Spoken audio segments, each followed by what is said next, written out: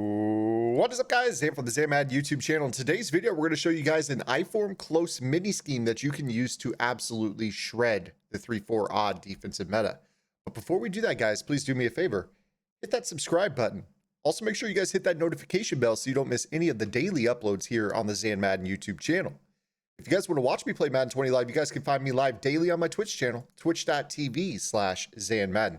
The link for the channel is below in the description, and I do have exclusive subscriber-only content for my Twitch Prime and Tier 1 subscribers. My Tier 2 subscribers will receive my full Washington Redskins Hot Route Master offense on top of those sub-tips that go out each and every Friday.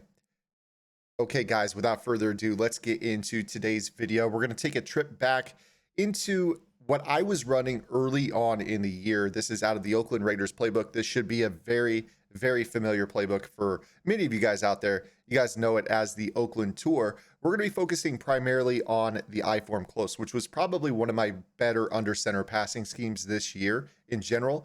And it all kind of revolved around one basic play that you could use to get your opponent out of edge blitz 1. Now, for the purpose of this video, I went ahead and added a few players to the Patriots. I do have Tom Brady.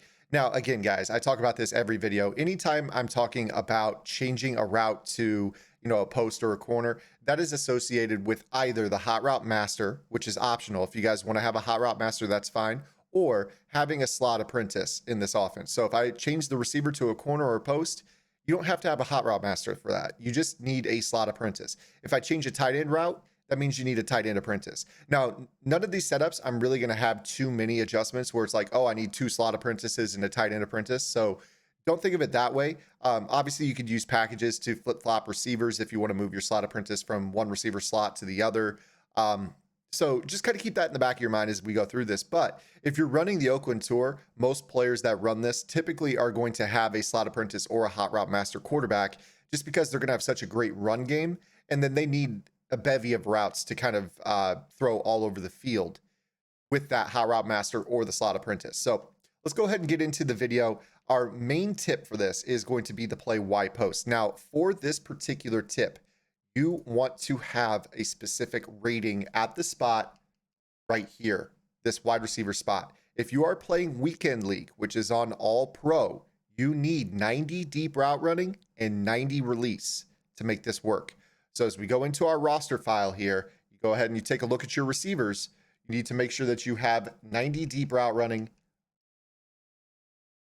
and 90 release on your player. So as you take a look here, deep route running on your Julio Jones, for instance, is 89. On Hopkins, it's a 92.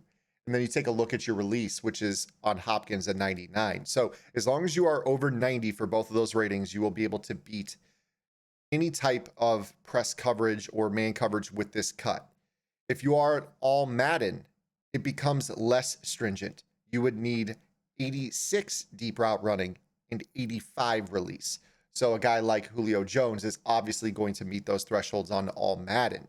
So for instance, this video, it's on all pro, where it's a little bit harder to get these release animations, but we're going to show you how to very quickly get them out of that edge blitz 1. So we're going to start off with the play Y post. So let's go ahead and show you what this route is about. Now, this route, I don't see too many people running it this year for some reason. There's been a lot of people that have run this offense and they just don't run this setup. And I don't know why it is. Maybe it's that most players have started to go to outside quarters, and we'll talk about those for sure here in just a moment. But what you're going to notice with this is actually that you're going to be able to beat either the outside quarter or the man coverage. You just have to know what tendency your opponent has. So let's go ahead and show you just the straight up man coverage here. I'm going to go ahead and set up the main meta defense, which is to press, pinch your defensive line, crash it to the inside, spread the linebackers, global blitz, QB contained, yada, yada. So that's what, your average player is going to do. They're going to run this main setup and just send 7 at you, right? So with this particular play, you have an option. I usually like to max protect, and then I'll typically put the receiver on a slant. You could put the tight end on a streak if you want. You could put the tight end on an out route. You could put him on an in route. You could put him on, if you have a tight end apprentice, you could put him on a post. It's up to you. So for instance, you might do something that looks like this with your main setup. Just a post and a hitch in case you guess wrong in its zone. That way you have a high-low read with Kelsey and Julio. And then, of course, your man beater is Hopkins. But we'll go ahead and show you here. Hopkins, You could do this with a motion or without a motion, so it's kind of up to you.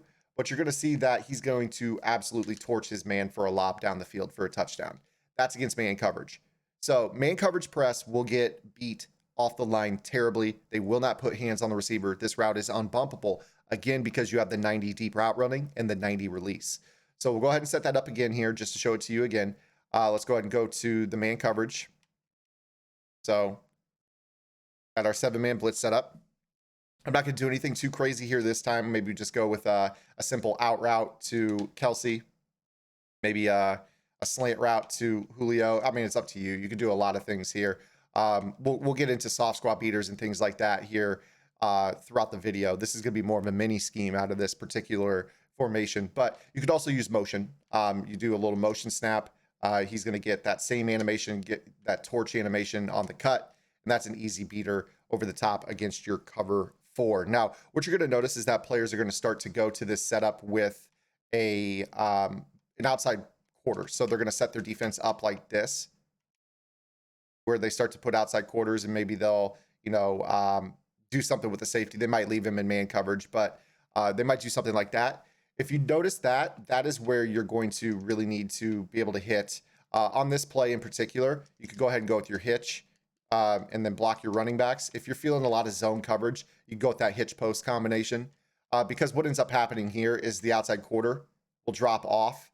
You'll see that that plays that route very well. So you won't basically be able to beat it for a one-play score. Now right there, Nuke Hopkins has double me active. So what I'm going to do is I'm just going to throw the ball just straight to him here. So that way he goes out of the zone. So if you start to notice that your opponents are playing those outside quarters on you because the guy's not getting beat deep, that is a cue to you as a player to start going with corner routes. That's why the slot apprentice is important. So let's say that you notice that, they're playing outside quarters on both sides. That is really, like I said, where you're going to go to these corner routes. You want Hopkins on this corner. You can put Kelsey on a streak. So that way he runs off the quarter zone. This allows you to maybe drag from the backside. This is a very simple throw as well. You're going to see that you're going to be able to throw that throw all the way over the top of that outside quarter. Now, if they're base aligned on you, that is something to consider as well. So they might go to something that looks a little bit more like this. If they go to this type of look, they're probably not going to be playing man coverage on the outside because a simple streak to Julio, a lob streak to either of those players will be tough because you're going to have to, with the user, get left or right to cover either of those lob streaks.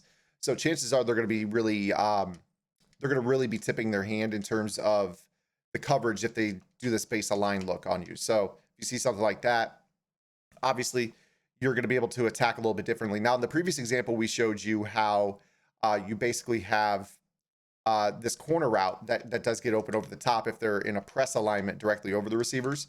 You'll notice with this outside look right here, where they're kind of lined up baseline and pressed, it takes a little bit longer for this throw to develop.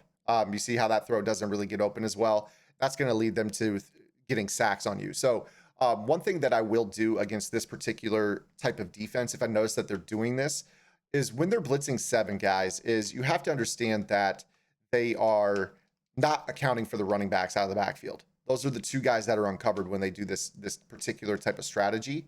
So when you see that, don't be afraid to go to your running back wheel concept. So what do I mean by that? So we talk about having a wheel route to the running back to the wide side because there is no flat zone. So you could go ahead and go with a setup like this where maybe you have sorry, I don't want to have 2 slot apprentices here.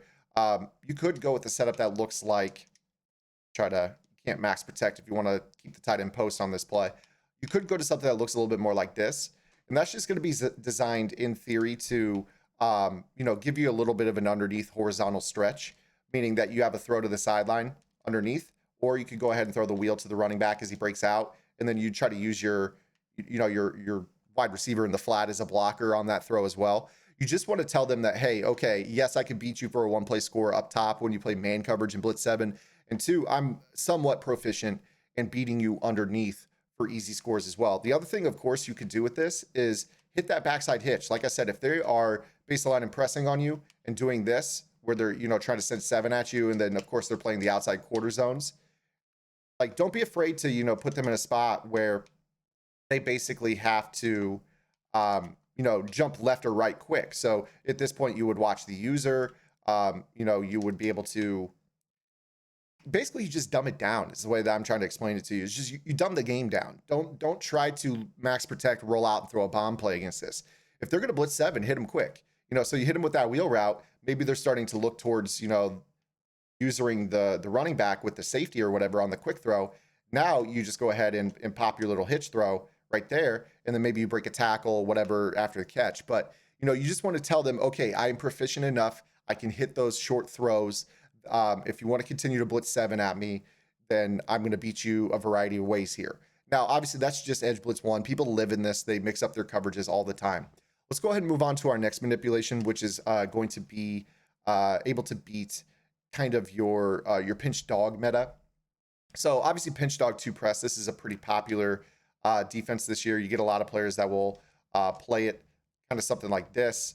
They might lead the soft squats on the outside, and their expectation here with their soft squats is that they are going to be able to cause basically be able to cause those outside corners to match vertically. So if I were to do this here, we go with the same motion snap. What you see here is this little wheel route. It doesn't actually match vertically, and you're able to throw that outside for a 1-play score. So soft squats will not play that wheel the same as they would a streak. So let me go ahead and illustrate that again to you here. If I were to do that same type of motion snap, right? They were go to pinch dog 2 press. They do, whatever coverage setup they want. They bring those safeties down with that press alignment. You're going to be able to throw a 1-play score with that motion wheel route that I just threw you, or that fade route. But if I were to put him on a streak and do the same thing, watch how he's going to match Hopkins vertically. So you see how he's going to turn. Actually, he doesn't. He actually doesn't turn and run man-to-man. So you've got either of those options available to you here in this example. Those soft squats will not play either of those routes vertically. So you've got a 1-play score against your pinch dog 2 very, very easily. Now I'm just going to go ahead and throw this up, click off, so he's not in the zone anymore. Now, so your pinch dog 2 really can't stop this play either. But the thing about this play that I don't like is if they're in pinch dog 2 and they use that route, cover 2 shell will do a pretty good job against this, because you can't really go to your hitch post combination here. So if you see what I mean, like if I were to go to just hitching Julio, so like we're not even using any route apprentices here. If we were to do this, the vertical hook that I'm clicked on binds should play the hitch. Now you might be able to throw the post a little bit, but again, you're also worried about block sheds and things like that. So you see how that hitch I can't throw. You can throw the route to the tight end, a little down and inside lead. But again, if they have like a zoned out player, that is something that you have to be aware of. They might be able to click on and make that play. But yeah, the post is kind of open. You just have to be aware on that as well. As far as cover 4 goes, cover 4 is a challenge for sure. So, we've all seen this where they just basically think cover 4 drop show 2 is the savior. They basically run a look that looks like this, and they just make you think whether or not they're blitzing 7 every play. So you're a little bit hesitant to, max protect, because you might want to go ahead and send 5 out on a route if they're dropping 8 in coverage. We've all been there on this play. Now, the good thing about this is, to me, if you do have that tight end apprentice, or you have that high route master quarterback, you can obviously go with the better post, which is a little bit more flat breaking on this play. The wheel route or the fade route to Hopkins is not a viable option for you on this play. So that's something to keep in mind as well. One thing I will do against cover 4, if I do have that slot apprentice, is I will sometimes put him, at the Hopkins spot, and I can put him on a post. Then I just run dual drags, which is basically a mesh post combination. You could do that against cover 4.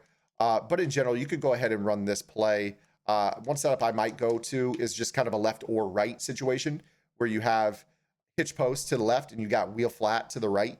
That way the user has to choose one or the other. So if I go ahead and snap this, you're going to see Hopkins should pull. You got the inside pass lead to the wheel route, and then you got this post route that breaks underneath. Now, see, the problem with this play wide post is that this post breaks too sharply upfield. That's why I prefer the tight end apprentice or the hot route master in this offense, because this post is way better against cover 4 than the stock post found in the play. So if I were to show you here, so cover 4 drop show 2, they were to go ahead and do their little thing that all players do, where they basically show this blitz. You could go ahead and block 6 on this play. Go with some sort of underneath, stretch. You got a horizontal stretch to the right. You got post, basically have post hitch to the left. So if they blitz, you throw hot to Julio, or you throw hot to Kelsey out the line, or you can throw hot to the flat to Hopkins, or you can throw hot to the flat to the wheel route. You got 4 short options, or quick pass options rather, because Kelsey's not really a short option on this play. to beat this. So you see right here, Hopkins is going to pull the purple zone over there. You got this low pass lead, little toe drag on the sideline to that post against the cover 4. And then, of course, your hitch underneath. So, if somebody's really spamming the cover 4 drop, a lot of players will kind of disguise their look to make it look like edge blitz 1 as well. They might run cover 4 looking like this. You just got to key in on it. Chances are if they're baseline and press, it's at outside quarters, even if they are an edge blitz 1. So just kind of keep that in mind as well. So, again, with this particular setup, you go with this right here. You're going to have the ability to throw that inside. I threw it way too late. You throw that inside pass lead to Sony Michel on the wheel route, cutting up the field. That'll be an underneath beater for you as well. Now, if they are sitting in this cover 4 as well, and let's say you do have the tight end apprentice, one thing I love to do is I love to use the tight end short corners. Tight end short corners against cover 4 are absolutely money. So, you might do something like this as well, where you can put the tight end on a little baby corner route, put Hopkins on a streak. You can do whatever you want, max protect on the backside. Maybe you drag the receiver. And one thing I'll do is I'll do this same motion snap because I want Hopkins to pull everything. And then that's going to allow me to throw this route to Kelsey up over the top against that cover 4 because Hopkins will pull both of the deep zones on that side of the field. So this is all basically just, either a slot apprentice or a tight end apprentice. Now, obviously, if you have a high route master quarterback, I think most players that run Oakland are most comfortable with hot route master quarterbacks because they're running the ball, stretch and dive, and mixing up all their motions and all those things. So it really simplifies the passing game to the point where it's just basically hitches, posts, unbumpables, little wheel screens.